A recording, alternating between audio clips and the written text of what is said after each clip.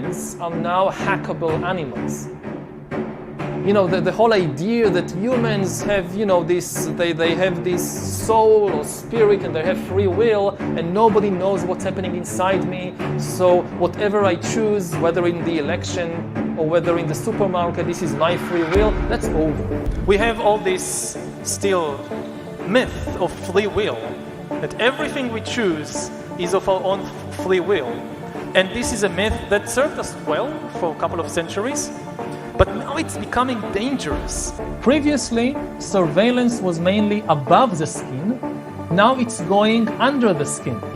I think maybe in a couple of decades, when people look back, the thing they will remember from the COVID crisis is this is the moment when everything went digital. And if this was the moment when everything became monitored, that we agreed to be surveyed all the time. Not just in authoritarian regimes, but even in democracies. And maybe most importantly at all, this was the moment when surveillance started going under the skin. I mean, all this story about Jesus rising from the dead and being the Son of God, this is fake news. Wait, that's not true? We need some kind of global loyalty and global identity. We are really acquiring divine powers of creation and destruction. We are really upgrading humans into gods. We are acquiring, for instance, the power to re-engineer life. We can't regulate bioengineering just in one country, because if you don't genetically engineer human babies in Spain, but you do it in China, then very soon even the Spanish will say, hey, we don't want to stay behind. Yeah. Very soon, biometric sensors and AI will give computers direct access to your heart and to your brain. Like already people wearing these rings or these bracelets that constantly measure blood pressure, heart rate. So the computer can watch you and know not only if you're smiling, but if your blood pressure is a little high, is a little low, and that gives indication if you're angry, if you're bored. And you know, the AI, this revolution is barely 5 years old.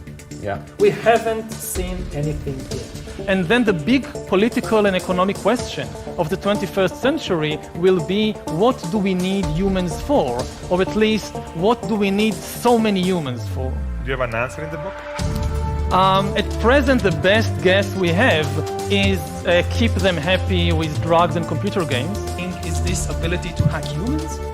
Which means the ability to know people better than they know themselves. When you look from the grand historical perspective, the whole of human history, I think there is a line in the sand, a watershed, which completely changes politics, society, everything, which is the moment when an external system can know people better than they know themselves.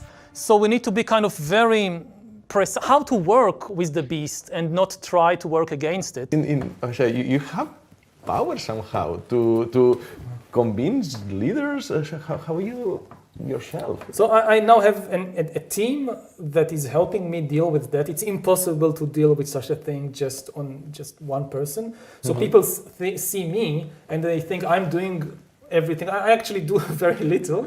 And the people who really work hard are my team members who organize this and everything. I'll send you a CV. And also, I repeatedly tell people that they shouldn't see me as a kind of prophet or guru.